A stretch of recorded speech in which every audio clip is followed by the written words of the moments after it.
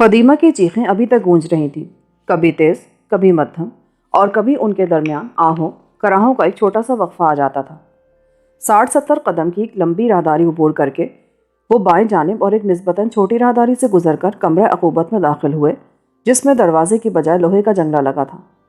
ہنانی یہ دیکھ کر کانپ اٹھا کہ فدیمہ کو لکڑی کے ایک بھاری شکنجے میں کس کر اذیت دی جا رہی ہے۔ عذاب کے دو خوفناک فرشتے شکنجہ کبھی کس دیتے، کبھی ڈھیلا کر دیتے، اور اذیت کے اس وحشیانہ عمل کے دوران فدیمہ کبھی چیختی، کراہتی اور کبھی سسکیاں لیتی تھی۔ ریموت نے جنگلے کے اندر قدم رکھتے ہی حکم جاری کیا، مجرمہ کو چھوڑ دو، سردار ہنانی اپنی محبوبہ کو تڑپتے نہیں دیکھ سکتا۔ ان الفاظ میں ہنانی کے لیے طنز بھی تھا اور تعدیب کا پہلو بھی۔ اس نے پریشان ہو کر ریموت کی طرف دیکھا اور پوچھا، کیا تفتیش سے پہلی جرم کا فیصلہ کر چکے ہو؟ سردار ہنانی، بعض جرم ایسے ہوتے ہیں جن کا ارتکاب کوئی اور کرتا ہے، پاداش کوئی دوسرا بھگتتا ہے۔ شکنجہ ڈھیلا ہوتے ہی فدیمہ کی چیخیں تو رک گئیں مگر آنسو نہ رکے۔ چہرے کی رنگت اڑی اڑی تھی، خوبصورت بدن پسینے سے بھیگ چکا تھا، بلکہ رائی کے دانے جتنے چھوٹے چھوٹے قطرے اس کے بالوں کی جڑوں سے پھوٹ رہے تھے۔ بدن پر وہی بھڑکیلا لباس تھا جو دعوت میں پہن کر گئی تھی، مگر گلے سے ہار اتار لیے گیا تھا جو اس کی مصیبت کا باعث بنا تھا۔ ریموت کے اشارے پر اسے شکنجے سے آزاد کر دیا گیا اور وہ مردہ سی اسی شکنجے کے سہارے کھڑی ہو گئی۔ نظروں میں سب تصویریں دھندلی ہو رہی تھیں۔ ریموت کے پیچھے پیچھے دونوں غلام عقوبت گھر سے باہر نکل گئے تو ہنانی لپک کر آگے بڑھا۔ جو ہی اس نے فدیمہ کے کندھے پر ہاتھ رکھا، وہ ٹوٹی ہوئی شاخ کی طرح اس کے بازوؤں میں جھول گئی اور اس کے ساتھ لپٹ کر رونے لگی اور شکایت کرنے لگی، اب آئے ہو جب ان لوگوں نے مجھے شکنجے میں کس دیا، اذیت پر اذیت دی، کہاں تھے اتنی دیر سے؟ مجھے تو ابھی خبر ملی اور میں دوڑا چلا آیا۔ جو کچھ ہوا اسے دہرانا بیکار ہے، اب خود کو سنبھال اور یہ نہ بھول کہ وقت کسی کا ساتھ نہیں دیتا، سب کو وقت کا ساتھ دینا پڑتا ہے۔ فدیمہ کا ذہن اس کے الفاظ کا مطلب سمجھنے سے قاصر تھا۔ وہ تو اس کی زبان سے صرف ایک لفظ سننا چاہتی تھی جو اس کی اذیت اور مصیبت کا خاتمہ کر دیتا، اور وہ ایک لفظ تھا رہائی۔ اس اذیت گھر سے، شکنجے سے، ریموت سایہ اجل سے رہائی چاہتی تھی وہ۔ کیا ریموت مجھے چھوڑ دے گا؟ بات ریموت کی نہیں بہار حسن، بیلشازار یہاں بنفس نفیس موجود ہے اور جاننا چاہتا ہے کہ تو نے ہار کہاں سے لیا، کس سے لیا۔ بیلشازار کا نام شاید ریموت سے زیادہ سائقہ انگیز تھا۔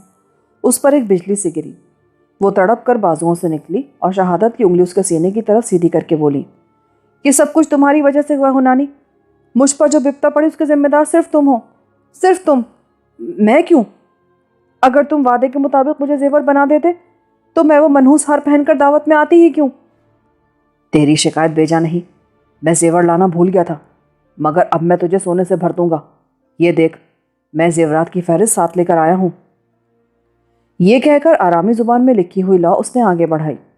فدیمہ پڑھ نہیں سکتی تھی، اپنے عاشق کے الفاظ سن کر، لوح دیکھ کر وہ حیران رہ گئی، اور ہنانی لوح پر لکھے ہوئے گہنوں کی فہرست پڑھ کر اسے سنانے لگا، آویزیں، پہنچیاں، پازیبیں، انگوٹھیاں، چوڑیاں، کڑے، بالوں میں لگانے والی طلائی زنجیریں، آرسی، ہار، گلوبند، جھومر، اور اگر اس فہرست میں کوئی زیور رہ گیا تو بتا دے، اسے بھی شامل کر لیا جائے گا۔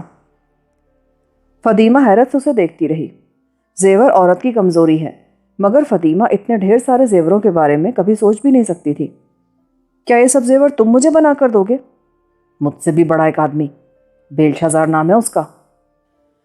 فدیمہ کو یوں لگا جیسے ہنانی نے زیورات کو کٹھالی میں اور اسے اٹھا کر دہکتی بھٹی میں پھینک دیا ہو۔ ساتھ ہی ذہن میں ایک اور تڑاقہ ہوا کہ وہ اس کی مصیبت کی خبر سن کر نہیں آیا، اسے بلایا گیا ہے تاکہ ہار کی ملکیت کا وہ راز معلوم کر سکے جو ابھی تک ریموت معلوم نہیں کر سکا۔ کسبی ضرور تھی، مگر بازاری زندگی نے اسے بہت کچھ سکھایا تھا، بہت سے تجربے بخشے تھے۔ جانتی تھی کہ کسی جرم یا واقعے کا اعتراف کرنے کے بعد ایک بالی کی اپنی زندگی دوسروں کے ہاتھ میں چلی جاتی ہے۔ یہ سوچ کر اس کے دل کو ایک دھچکا سا لگا اور وہ خوفزدہ ہو کر ایک قدم پیچھے ہٹ گئی۔ تم بیلشازار کی زبان بن کر آئے ہو؟ فدیمہ، زبان کسی کی ہو سکتی ہے، مگر دل تیرا ہے۔ پھر یہ لوح پھینک دو، کیونکہ جو کچھ بتا سکتی تھی وہ بتا چکی ہوں۔ مگر بیلشازار کا خیال ہے کہ تو جھوٹ بولتی ہے۔ اب ہنانی نے اسے سمجھانے اور اصل بات جاننے کے لیے لجاجت اور خوشامد کا لہجہ اختیار کیا۔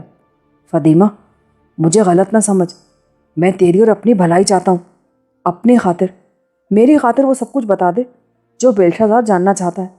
اگر اس عورت کا نام اور پتہ بتا دے گی جس نے تجھے ہار دیا تو تیری ہر خطا معاف کر دی جائے گی، تجھے گہنوں سے بھر دیا جائے گا، تجھ پر انعام و اکرام کی بارش ہوگی اور تو قصبی سے ایک معزز خاتون بن جائے گی، کیونکہ بیلشا زار تیرے حال پر مہربان ہوگا۔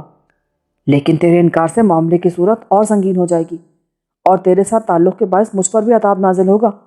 اس لیے تیرے حسن اور تیرے پیار کا واسطہ دیتا ہوں کہ سچ کہہ دے، سچ سچ بتا دے، تو نہیں جانتی کہ تیری ایک طرف زندگی اور دوسری جانب موت کھڑی ہے۔ ہونانی نے آخری بات کہہ ہی دی، جو کچھ سمجھانا چاہتا تھا، بتانا چاہتا تھا، وہ سمجھا دیا، اور فاطمہ پر معاملے کی پوری طرح حقیقت کھل گئی۔ یہ بات تو سبھی جانتے تھے کہ اگر بیلشا زار کوئی حکم دے تو اسے دیوتا بھی تبدیل نہیں کر سکتے۔ اب فاطمہ کو بھی آخری بار سوچنا اور آخری فیصلہ کرنا تھا۔ زندگی اور اس کی خوشیاں سب کو پیاری ہوتی ہیں، مگر آموسی اور اس کی بیمار ماں کا خیال دل و دماغ کو ڈسے جا رہا تھا۔ خود کو واقعات کے ترازو میں وہ تول رہی تھی اور اندر سے کوئی اسے کہہ رہا تھا، فاطمہ، صرف ایک بات کا پردہ ہے جو تیری زندگی اور موت کے درمیان حائل ہے۔ یہ پردہ اٹھا کر تو بچ سکتی ہے اور زندگی کی راحتیں حاصل کر سکتی ہے، مگر اس پردے کے اٹھتے ہی نور ناہید اور اس کی بیمار ماں پر قیامت بیت جائے گی۔ ہار تیری ضرورت تھی، تو نے خود طلب کیا اور خود ہی لینے گئی۔ نور ناہید نے انکار نہیں کیا، تیری بات رکھ لی، اپنی سہیلی سمجھ کر تجھ پر اعتماد کیا۔ بول، کیا قصور اس بیچاری کا؟ کیا اس کے اعتماد کا صلہ بے اعتمادی سے دے گی؟ تو بے وفائی کرے گی اس سے؟ اور فاطمہ بہار حسن نے ایک بار پھر فیصلہ کیا کہ سب کچھ اپنی جان پر جھیلے گی، مگر اپنی سہیلی سے بے وفائی نہیں کرے گی۔ ہونانی، میں نہیں جانتی تھی کہ تم میرے جھوٹے عاشق ہو، مجھ سے دل سے نہیں، صرف زبان سے پیار کرتے ہو۔ یہ غلط ہے، تجھے دل سے چاہتا ہوں میں، تو پھر مانتے کیوں نہیں کہ ہار مجھے گاہک نے دیا تھا؟ ارے عاشق تو اپنی پیاریوں کی جھوٹی باتوں پر بھی یقین کر لیتے ہیں، اور تو میری سچی بات جھٹلا رہا ہے۔ نہیں فاطمہ، میں نہیں، کوئی اور جھٹلا رہا ہے۔ اگر مجھے چھڑا نہیں سکتے تو یہاں کیا لینے آئے ہو؟ میں تیرا آخری اور قطعی بیان لینے کے لیے بلایا گیا ہوں۔ پھر میرا آخری اور قطعی بیان یہ ہے کہ مجھے ہر ایک گاہک نے میرے جسم کی راحت کے عوض دیا اور میرے حسن کی قیمت چکائی تھی۔ جا کر بیلشا زار سے کہہ دو، میں کسی یونانی عورت کو نہیں جانتی۔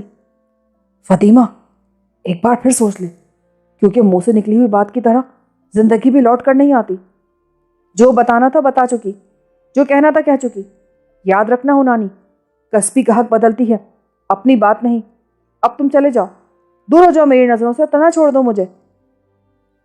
اس کے ساتھ ہی وہ پلٹی اور منہ موڑ لیا۔ ہونانی کو لگا جیسے کسی نے اس کے دل کو جسم سے کاٹ کر رکھ دیا ہو۔ آہنی جنگلے سے ہٹ کر دیوار کی اوٹ میں کھڑا ریموت، جو کھڑا ان کی باتیں سن رہا تھا، اچانک کھلے دروازے پر نمودار ہوا اور اس نے اطلاع دی، سردار ہونانی، تمہاری ملاقات ختم ہو گئی۔ افسردہ دل ہونانی بوجھل قدموں کے ساتھ عقوبت گھر سے نکلا اور اس کے نکلتے ہی ریموت نے بڑی تیزی سے لوہے کا جنگلہ بند کر دیا۔ اس طرح فاطمہ پر زندگی کا دروازہ بند ہو گیا۔ اس دروازے کے بند ہوتے ہی وہ چوبی ٹکٹکی پر گری اور رونے لگی۔ ریموت ہونانی کو لے کر بیلشا زار کے پاس لوٹ آیا اور اسے قصبی کے آخری بیان سے آگاہ کرنے لگا۔ ولی عہد نے بیان سنا اور فیصلہ سنا دیا۔ آج تیسرے پہر فاطمہ قصبی کو کاٹ پر لٹکا دیا جائے۔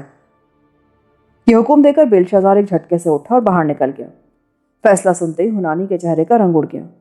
میرودیش کے نکلتے ہی ریموت نے اسے تھام لیا اور کہا، ہونانی، اپنی محبوبہ کے لیے تم مجھے قصوروار نہیں ٹھہرا سکتے۔ میں نے تو صرف ہار کی تفتیش کے لیے فاطمہ کو گرفتار کیا تھا، مگر اس کی موت کا حکم بیلشا زار نے سنایا ہے۔ میں ایک آخری بار فاطمہ سے ملنا چاہتا ہوں۔ آخری ملاقات تو تم کر چکے ہو۔ ہونانی نے خالی خالی نظروں سے سایہ اجل کو دیکھا اور کچھ کہے بغیر دروازے کی طرف ہو لیا۔ بیلشا زار کے فیصلے کے ساتھ ہی فاطمہ کی زندگی ختم ہو گئی تھی، البتہ کاٹ پر لٹکائے جانے کے بعد بھی جب ہاتھوں اور پیروں میں کیلیں ٹھوک دی جاتی، سانس کا رشتہ 1 یا 2 دن کے بعد ٹوٹتا تھا، اور فاطمہ کے یہی چند سانس باقی رہ گئے تھے۔ ہونانی کے جاتے ہی ریموت نے غلام کو موت کا لبادہ لانے کا حکم دیا اور چند ہی لمحوں میں ایک سیاہ لبادہ اس کے سامنے رکھ دیا گیا۔ ریموت نے سیاہ کپڑا اٹھایا اور ایک بار پھر اذیت گھر کے آہنی جنگلے پر نمودار ہوا۔ فاطمہ ابھی تک 24 شکنجے پر جھکی رو رہی تھی۔ ریموت نے اس کی موت کا نشان اندر پھینکا اور بولا، فاطمہ، اپنا لباس اتار کر یہ لبادہ پہن لو۔ فاطمہ نے ٹکٹکی سے سر اٹھایا، سیاہ لبادے کو دیکھا اور سمجھ گئی کہ کاٹ پر لٹکائی جا رہی ہے۔ ایک چیخ مار کر وہ پیچھے ہٹی اور پھر ٹکٹکی سے ٹکرا گئی۔ ریموت کی آواز اسے بہت دور سے آتی سنائی دے رہی تھی، اپنا آخری لباس پہن کر جلد تیار ہو جاؤ، تمہیں ابھی ہمارے ساتھ چلنا ہے۔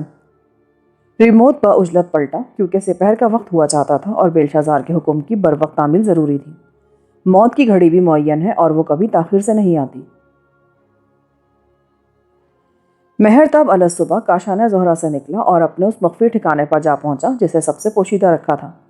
پورے بابل میں صرف ایک شخص اس کے رین بسیرے سے آگاہ تھا اور وہ تھا فرات کے ملاحوں کا سردار سیسرا۔ عجیب بات تو یہ تھی کہ اس کا پتہ شاہی وقت نویسوں کے سردار نیرگل کے دفتر معلومات میں بھی درج نہیں ہو سکا تھا، اور سایہ اجل ریموت کو اس امر سے دلچسپی پیدا ہو گئی تھی کہ وہ رات کا بسیرا کہاں لیتا ہے۔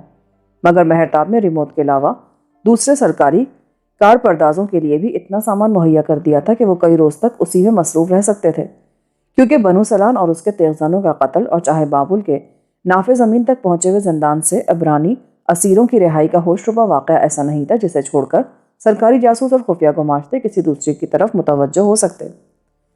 مہرتاب کو ابھی بھی بہت سے کام نمٹانا تھے۔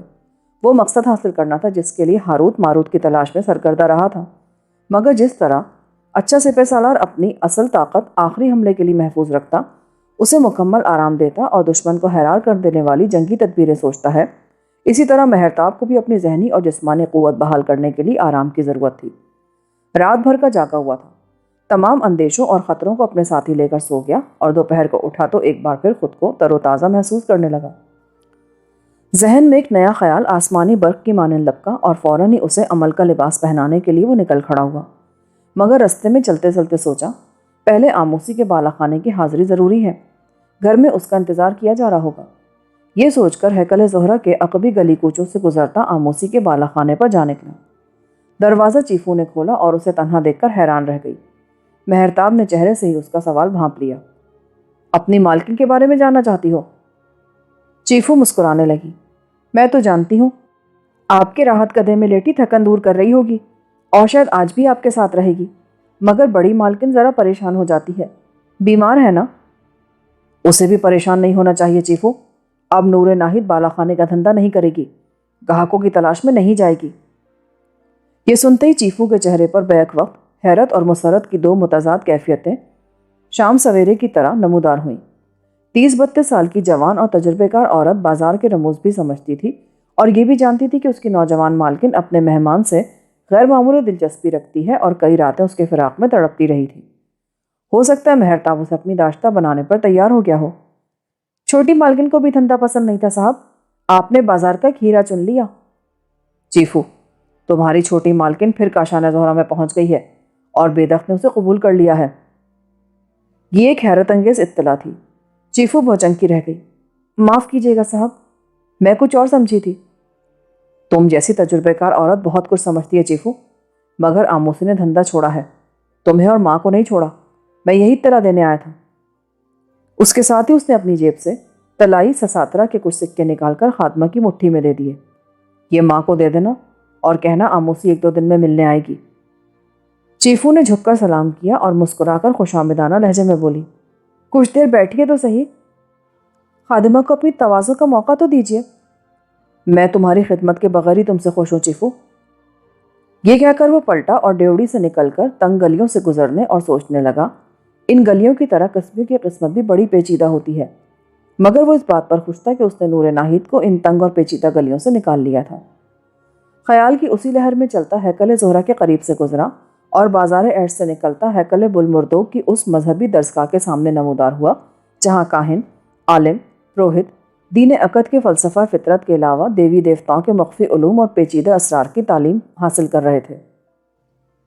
مہرتاب اسی درسگاہ کے سامنے کھڑا داخلے کا طلبگار تھا، کیونکہ جب تک منتظم اعلیٰ کا پروانہ نہ مل جائے وہ درسگاہ کی سیڑھیاں چڑھ کر اس کے دروازے میں داخل نہیں ہو سکتا تھا۔ ایک پروہت اسے منتظم اعلیٰ کے پاس لے گیا اور جب اس سے پوچھا کہ وہ کس سے ملنا چاہتا ہے تو مہرتاب نے بے دھڑک جواب دیا، موبد اشتر کے کاہن اعظم اشمیدی سے۔ منتظم اعلیٰ جو دین عقد کا ایک بزرگ عالم تھا، اس کی زبان سے اشمیدی کا نام سن کر چونک گیا، کیونکہ وہ گارجیت کے اسی رئیس زادے سے علمی شکست کھا کر شاہ بنو نید کی نظروں میں ذلیل ہوا اور اب بادشاہ کے حکم پر درسگاہ میں دین بابل کی تعلیم مکمل کر رہا تھا۔ منتظم اعلیٰ نے سوچا غالباً مہرتاب کاہن اشمیدی سے معافی مانگنے یا کوئی سمجھوتا کرنے آیا ہے، کیونکہ اسی دن سے اشمیدی کے چیلوں اور شاگردوں میں اس کے خلاف غم و غصہ پایا جاتا تھا۔ وہ بیدخت پر بھی تاؤ کھائے بیٹھے تھے جس نے رقص عبادت میں ان کے استاد کو مقدس شراب کے پیمانے سے محروم رکھا اور اس پر الزام کی انگلی اٹھائی تھی۔ منتظم مہرتاب کو خود اپنے ساتھ لے کر کیونکہ اس کی پروقار شخصیت اور دینی معلومات سے مروب نظر آتا تھا، درسگاہ کی سیڑھیاں چڑھ کر دروازے میں داخل ہوا اور اشمیدی کے حجرے تک جا پہنچا، جہاں موبدہ اشتر کا ایک شاگرد پجاری اس کی مٹھی چاپی میں مصروف تھا۔ مہرتاب کی آمد نہ صرف قطعی خلاف توقع بلکہ حیران کر دینے والی تھی۔ اشمیدی نے فرط حیرت سے تڑپ کر مسند پر پہلو بدلا اور خدمت گزار پجاری اچھل کر دور جا کھڑا ہوا۔ منتظم اعلیٰ نے مہرتاب کی آمد کا مقصد بیان کیا اور بولا، بزرگ اشمیدی، دانشور کی ملاقات بھی آدمی کے علم میں اضافہ کرتی اور اس کی ترقی کا راستہ کھولتی ہے۔ یہ چھوٹا سا مگر قیمتی نکتہ بتا کر منتظم تو لوٹ گیا، مگر اشمیدی مہرتاب کو بدستور غصے اور نفرت کی نظروں سے دیکھتا رہا۔ شاگرد شعلہ جوالا بنا کھڑا تھا کہ ذرا سا اشارہ ملے تو ٹوٹ پڑے۔ مہرتاب بھی ان کے رویے کا جائزہ لیتا رہا اور پھر بولا، کیا بیٹھنے کے لیے نہیں کہو گے؟ اشمیدی نے اپنے پاؤں سمیٹے اور مسند کی طرف اشارہ کیا۔ بیٹھو۔ مہرتاب کو اپنے استاد کی مسند علم پر بیٹھتے دیکھ کر شاگرد پجاری کے تن بدن میں آگ لگ گئی، مگر وہ مجبور تھا۔ مہرتاب بیٹھتے ہی مقصد کی طرف آ گیا۔ تم سے ایک ضروری بات کرنے آیا ہوں، کرو۔ مجھے اپنا دشمن نہیں دوست سمجھو اشمیدی۔ یہ ایسی بات تھی جس نے موبدہ اشتر کے کاہن اعظم کو چونکا دیا۔ آنکھوں سے شک و شبے کا اظہار ہوتا تھا، پھر بھی مہرتاب کی گفتگو توجہ سے سننے لگا جو کہہ رہا تھا۔ دیوتاؤں کے جلوس کی رات موبدہ کور میں جو کچھ ہوا وہ محض اتفاق تھا۔ میں نے بے دخت کی حمایت اس لیے نہیں کی تھی کہ تمہاری مخالفت کروں یا تمہیں مورد الزام ٹھہراؤں۔ شاید بادشاہ نے تمہیں کہانت سے اس لیے معزول کر دیا کہ بیلشازار کے ساتھ تمہارے خصوصی مراسم کے باعث وہ پہلے سے ہی تم سے نالا تھا اور کسی بہانے تمہیں سزا دینا چاہتا تھا۔ مہرتاب نے بالکل صحیح بات کہہ دی تھی، کیونکہ بادشاہ کے خلاف اشمیدی ہی بیلشازار کا سب سے بڑا حامی اور مذہب کے نام پر اس کی حکومت چاہتا تھا۔ اس نے مہرتاب کے بیان کو کاٹ کر مختصر کر دیا، مطلب کی بات کرو۔ مہرتاب تیسرے آدمی کی موجودگی کو محسوس کرتے ہوئے بولا، بات تنہائی میں ہوگی۔ اشمیدی ان الفاظ پر دنگ رہ گیا۔ وہ سوچ بھی نہیں سکتا تھا کہ وہ کوئی ایسی بات کرے گا جس کے لیے تنہائی کی ضرورت ہوگی۔ اس نے اپنے شاگرد کو باہر جانے کا اشارہ کیا۔ جب وہ باہر چلا گیا اور دروازہ بند ہو گیا تو وہ مہرتاب سے بولا، ہمارے درمیان کوئی ایسی بات ممکن نہیں جس کے لیے تنہائی کی ضرورت ہوتی، پھر بھی میں نے تمہارا کہا پورا کر دیا۔ کہو، کیا کہنا چاہتے ہو؟ اشمیدی، بعض واقعات خلاف توقع پیش آتے ہیں۔ رقص عبادت سے پہلے میں تمہیں اور تم مجھے نہیں جانتے تھے، مگر آج ہم دونوں اکٹھے ایک کمرے میں ہیں۔ شاید مجھے اپنا دشمن بھی تم سمجھتے ہو، لیکن تمہارے ساتھ جو توہین آمیز سلوک ہوا وہ مجھے بھی ناگوار گزرا اور میں اس کی تلافی چاہتا ہوں۔ یہ باتیں اشمیدی کو حیران کیے دے رہی تھیں۔ اگر میری توہین تمہیں واقعی ناگوار گزری ہے تو اب میں تمہارا دشمن نہیں۔ اشمیدی، میرے ساتھ دشمنی وہی کرے گا جس کا ظرف چھوٹا ہوگا۔ یہ کہہ کر وہ جلدی سے اٹھا، دروازے پر جھپٹا اور پجاری کی گردن دبوچ لی جو دروازے سے لگا ان کی باتیں سن رہا تھا۔ پجاری اچانک پکڑے جانے پر بوکھلا گیا، گردن چھڑانے کی کوشش کی، مگر مہرتاب کی گرفت بڑی مضبوط تھی۔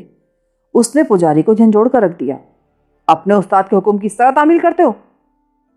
مہرتاب نے پجاری کا منہ درسگاہ کے بیرونی دروازے کی طرف گھما کر کمر پر زور سے لات رسید کی۔ وہ لڑکھنیاں کھاتا دور جا گرا اور اٹھ کر اونچے دروازے کی طرف بھاگتا چلا گیا۔ اسے بھگانے کے بعد مہرتاب مسند پر لوٹ آیا اور اشمیدی سے، جو گمسم سا بیٹھا تھا، بولا، بعض باتیں اتنی اہم اور خطرناک ہوتی ہیں کہ ان کے اظہار سے قبل دیواروں کے کان بھی بند کر دینے چاہیے۔ اشمیدی کی دلچسپی بڑھ رہی تھی۔ مہرتاب کی آواز سرگوشیوں میں ڈھل گئی۔ کاہن اشمیدی، کچھ باتیں تم بھی جانتے ہو، میں بھی جانتا ہوں، بادشاہ بھی جانتا ہے، اس لیے انہیں دہرانے کی ضرورت نہیں۔ میں مقصد پر آتا ہوں کہ تم باپ کے بجائے بیٹے کو اشتر پر جلوہ افروز دیکھنا چاہتے ہو، مگر بہادر بیلشازار ایرانیوں کے خلاف کوئی جنگ نہیں جیت سکا اور شاہ بنونی دیوتاؤں کی عبادت عام کا اہتمام کر کے لوگوں میں پھر مقبولیت حاصل کر چکا ہے۔ مگر میرے ترکش میں ایک ایسا تیر ہے جو تمہارے کام آ سکتا ہے، اور اگر تم کسی مضبوط عزم و ارادے کے مالک ہو تو میں تمہیں ایک ایسے سربستہ راز سے آگاہ کر سکتا ہوں جس کے انکشاف پر تمام کلدانی شاہ بنونید کی حکومت سے انکار کر دیں گے اور بابل کے کاہنوں اور بزرگوں کی مجلس قومی اسے تخت و تاج سے محروم کر دینے پر مجبور ہوگی۔ یہ حیرت انگیز الفاظ سن کر اشمیدی مسند پر اچھل گیا اور دوسرے ہی لمحے اس کے قدم زمین پر تھے۔ وہ بادشاہ کے خلاف شدید نفرت رکھتا تھا اور اپنی توہین کا انتقام لینے کے لیے بھی اتنا بے چین تھا کہ اس مقصد کے لیے جنگل کے بھیڑیوں سے بھی سمجھوتا کرنے پر تیار ہو جاتا۔ اس نے اپنے ہاتھ مہرتاب کے کندھوں پر رکھ دیے اور مدھم آواز میں، جسے صرف وہی دونوں سن سکتے تھے، بولا، مہرتاب، اگر ایسی کوئی بات ہے تو دولت تمہارے قدموں پر نچھاور کر دی جائے گی، مگر میں اپنے کندھوں پر تمہارے ہاتھوں کی لرزش محسوس کر رہا ہوں۔ بادشاہ کے خلاف اٹھنے والے ہاتھ اتنے کمزور نہیں ہونے چاہیے۔ یہ ہاتھ بہت مضبوط ہیں کیونکہ ان ہاتھوں کو جنگجو بیلشازار کی قوت نصیب ہوگی۔ تم وہ راز بتاؤ، میں تمہیں اپنے عزم و عمل کا منظر دکھاؤں گا۔ کہا رشمیدی، دین عقد میں کسی کو قول دینے اور کسی کے راز میں شریک ہونے کے جو دستور ہیں تم ان سے ضرور واقف ہوگے۔ بابل میں ہیکل مردوک سے بڑی اور مقدس عبادت گاہ اور کوئی نہیں۔ میں رب بل، خدا مردوک اور ان کی مشترکہ زوجہ دیوی اشتار کے سامنے رازداری کا حلف اٹھانے کو تیار ہوں۔ دین عقد میں اس سے بڑا حلف اور کوئی نہیں جو دیوی اور اس کے دونوں شوہروں کے سامنے اٹھائے جائے۔ مہرتاب نے ایک نئی پریشانی کا اظہار کیا۔ کیا میں ہیکل کے اندر جا سکوں گا؟ کیوں نہیں؟ تم بادشاہ کے مشیر ہو، میرے ساتھ جاؤ گے تو کوئی نہیں روک سکے گا۔ آؤ، میں تمہیں ہیکل میں لیے چلتا ہوں۔ مہرتاب اس کے ساتھ ہو لیا۔ دونوں درسگاہ کے بلند دروازے سے نکل کر اس کی لمبی لمبی سیڑھیاں اترنے لگے تو اشمیدی کا خدمت گزار پجاری جو پہلی سیڑھی پر ایک طرف بیٹھا ابھی تک اپنی کمر سہلا رہا تھا، انہیں آپس میں گھل مل کر باتیں کرتے دیکھ کر نہ صرف حیران رہ گیا بلکہ اپنی کمر میں پہلے سے زیادہ تکلیف محسوس کرنے لگا۔ مہرتاب کی ایک ہی لات نے اس کے مزاج کافی درست کر دیے تھے۔ کاہن اعظم اشمیدی مہرتاب کو ساتھ لے کر ہیکل بل مردوک کے عظیم و کبیر دروازے پر آیا جس کی بلندی کا اندازہ 80 فٹ لگایا گیا ہے۔ 4 سمتوں میں ہیکل کے چاروں دروازے اتنے ہی بلند و بالا تھے تاکہ دیوتاؤں اور الہیوں کی آمد و رفت میں آسانی رہے۔ اس مقدس ہیکل کی نگرانی یا مذہبی رسومات ادا کرنے والے کاہنوں، پروہتوں، پجاریوں کی تعداد 3-4 ہزار سے کم نہ تھی اور وہ ہیکل سے ملحقہ حجروں اور کمروں میں رہتے تھے۔ ہیکل مردوک کو یہ اعزاز بھی حاصل تھا کہ اگر طبقہ عمرہ کی کوئی دوشیزہ یا شاہی خاندان کی کوئی کنواری شہزادی کسی معمولی طبقے کے نوجوان کا انتخاب کر کے اپنے آپ کو اس کے سپرد کر دیتی اور وہ دونوں ہیکل میں پناہ لینے آ جاتے تو عمرہ اور بادشاہ بھی ان کے خلاف کوئی کارروائی نہیں کر سکتے تھے کیونکہ ایسی کارروائی دین میں مداخلت تھی۔ بخت نصر کے زمانے میں ایک شہزادی نے کسی کپتان کے ساتھ ہیکل میں پناہ لی تھی اور عظیم بخت نصر بھی کچھ نہیں کر سکا تھا۔ ہیکل کے پروہتوں، پجاریوں کی بھیڑ سے گزر کر اشمیدی اور مہرتاب اس چوڑے اور طویل راستے پر چلنے لگے جو سیدھا وسطی ہال میں جاتا تھا اور 400 فٹ طویل، 80 فٹ چوڑا تھا۔ دونوں طرف محافظ دیوتاؤں کی 2 طویل صفیں قائم تھیں جن کا سلسلہ ہال کے بلند و بالا دروازے پر ختم ہوتا تھا۔ طویل راستہ طے کر کے جس کی دونوں جانب ای آ اور آنوں کے قبیلے سے متعلق خداؤں کے کمرے تھے، وہ وسیع و عریض اور عظیم و شان ہال میں داخل ہوئے جو کوہ پیکر ستونوں پر قائم تھا۔ مہرتاب نے پہلی بار کلدانیوں کا سب سے بڑا صنم کدہ دیکھا۔ بل، مردوک اور اشتار کی تسلیس کے باعث اسے پورے بابل، پورے کالدیا میں بلند مقام حاصل تھا۔ ہال میں اشتار کے دونوں شوہر موجود تھے جن سے وہ قوت نمو یا بزرگان عقد کے نزدیک نطفہ تخلیق حاصل کرتی تھی۔ مہرتاب ان کے عظیم کوہ وقار حبسے اور تخلیقی علامتیں دیکھ کر ششدر رہ گیا۔ حالانکہ وہ پتھر کے بے جان بے روح مجسمے تھے مگر ان کے بڑے بڑے حبسے دیکھ کر دل پر ایک خوف سا طاری ہوتا تھا۔ ہال کے وسط میں پتھر کی وہ مقدس کشتی تھی جسے سونے کے پتھروں سے بھنٹ دیا گیا تھا اور جس پر عقدی زبان میں ناقابل فہم عبارتیں کندہ تھیں۔ مقدس کشتی عبادت کی رسومات ادا کرنے اور حلف اٹھانے کے کام آتی تھی۔ عہد کرنے والے کشتی پر ہاتھ رکھ کر قسم کھاتے کہ اگر وہ اپنا حلف توڑیں، بدعہدی کریں تو موت کے بعد بحر ظلمات میں انہیں نجات کا سفر نصیب نہ ہو اور وہ مقدس کشتی پر سوار نہ ہو سکیں۔ اشمیدی نے آگے بڑھ کر دونوں ہاتھ کشتی پر رکھے اور بتوں کی طرف چہرہ کر کے اے رب بل، اے خدا مردوک، اے ان کی مشترکہ زوجہ اشتار، میں موبد اشتر کا کاہن اعظم اشمیدی اس مقدس ہیکل میں مقدس کشتی پر ہاتھ رکھ کر عہد کرتا اور قول دیتا ہوں کہ مہرتاب کے بتائے ہوئے راز کو اس کی مرضی کے بغیر کسی پر کھولوں یا کسی کو اس کا نام بتاؤں یا اپنے وعدے سے بدعہدی کروں تو مجھ پر بل، مردوک اور ان کی زوجہ کا عذاب نازل ہو اور موت کے بعد میری روح کو نجات کی کشتی سے اٹھا کر بحر ظلمات میں پھینک دیا جائے۔ رسمی طور پر مہرتاب نے بھی کشتی پر ہاتھ رکھے اور جوابی عہد کیا اور کہا کہ اس نے جس راز سربستہ کا ذکر کیا ہے ان میں کاہن اعظم اشمیدی کو شریک کرے گا اور کوئی بات پوشیدہ نہیں رکھے گا، لیکن ضرورت اور مصلحت کے تحت اسے بتدریج اور قسطوار بیان کرے گا تاکہ اس سے مطلوبہ مقصد حاصل کیا جا سکے۔ مہرتاب نے محض اشمیدی کی تسلی کے لیے بل، مردوک اور اشتار کے نام بھی لیے تھے، ورنہ وہ ان الہیوں کو نہ مانتا تھا اور نہ ان کے سامنے اٹھائے جانے والے کسی حلف کو مقدس سمجھتا تھا۔ اس کے عہد کی صرف اتنی اہمیت تھی کہ وہ اپنے الفاظ کو سمجھتا اور ان پر قائم رہنا چاہتا تھا، کیونکہ بادشاہ اور سلطنت بابل کے خلاف یہ اہم اقدام اس کے منصوبے کا حصہ تھا۔ حلف کے بعد دونوں نے ہاتھ ملائے۔ اب وہ ایک دوسرے کے دشمن نہیں بلکہ دوست تھے۔ مہرتاب نے بڑی ہوشیاری اور عقل مندی سے اشمیدی کو بادشاہ کے خلاف اپنے اہم منصوبے میں شریک کر لیا تھا۔ ہیکل سے نکل کر دونوں درس کا کے اسی کمرے میں اسی مسند پر آن بیٹھے جہاں سے اٹھ کر گئے تھے۔ اشمیدی پرخیال انداز میں بولا، اب وہ راز بتاؤ جو میرے دشمن کو تخت و تاج سے محروم کر سکتا ہے۔ مہرتاب عہد کے مطابق مدھم آواز میں پہلی قسط بیان کرنے لگا۔ آج سے کئی برس پہلے ہران کے موبد قمر میں ایک خوفناک اور انتہائی پراسرار واقعہ پیش آیا تھا۔ جب شاہ بنونید ابھی لڑکا تھا، اس نے رب قمر کے مقدس موبد میں ایک لڑکے کا خون کر دیا تھا اور آج تک اس قتل کو چھپاتا رہا ہے۔ ذرا ہمت کر کے بادشاہ سے پوچھو، اس نے موبد میں کس بد نصیب کو قتل کیا تھا، کیوں قتل کیا تھا، اور اس کی ماں کا جس کے پیٹ سے اس نے جنم لیا بخت نصر سے کیا تعلق تھا؟ اشمیدی پر حیرت کی کئی کیفیتیں گزر گئیں۔ وہ دم بخود سا مہرتاب کو دیکھنے لگا۔ ہران کے موبد قمر کا ذکر وہ پہلے بھی کہیں سن چکا تھا، لیکن بات حافظے سے اتر گئی تھی۔ رب قمر کے موبد میں قتل ایک سنگین جرم تھا جس میں اشمیدی نے دلچسپی محسوس کی۔ تم جانتے ہو مقتول کون تھا؟ جانتا ہوں۔ تمہیں یہ بھی علم ہے اسے کیوں قتل کیا گیا؟ ہاں، وجہ قتل بھی جانتا ہوں۔ جب مقتول کی شخصیت اور قتل کی بات سامنے آئے گی تو صرف بابل کا تخت نہیں، بادشاہ کے قدم و تلے سے بابل کی زمین بھی نکل جائے گی۔ اگر بنونید نے قتل سے انکار کر دیا تو نہیں کر سکے گا۔ موبد قمر کا کاہن اعظم ابھی زندہ ہے جس کے سامنے قتل ہوا، اور مقتول کی شخصیت کا ثبوت بھی وہ اپنے پاس رکھتا ہے۔ بنونید کی بدقسمتی یہی ہے کہ اس نے رب قمر کے کاہن اعظم کو بھی گھائل کر کے پھینک دیا تھا، اور آج تک یہی سمجھتا ہے کہ وہ مر چکا۔ مردہ زندہ آدمیوں کی عدالت میں بنونید کے جرم کا ثبوت لے کر پیش ہوگا۔ اشمیدی کے چہرے پر امید کی روشنی چمکنے لگی۔ میں مقتول کا نام اور اس واقعے کی تھوڑی تفصیل اور جاننا چاہتا ہوں۔ کاہن اشمیدی، جو بتایا جاتا ہے وہی سنو، جو کہا جاتا ہے اسی پر عمل کرو۔ یہ زندگی اور موت کا کھیل ہے، کھیل سکو تو کھیل جاؤ۔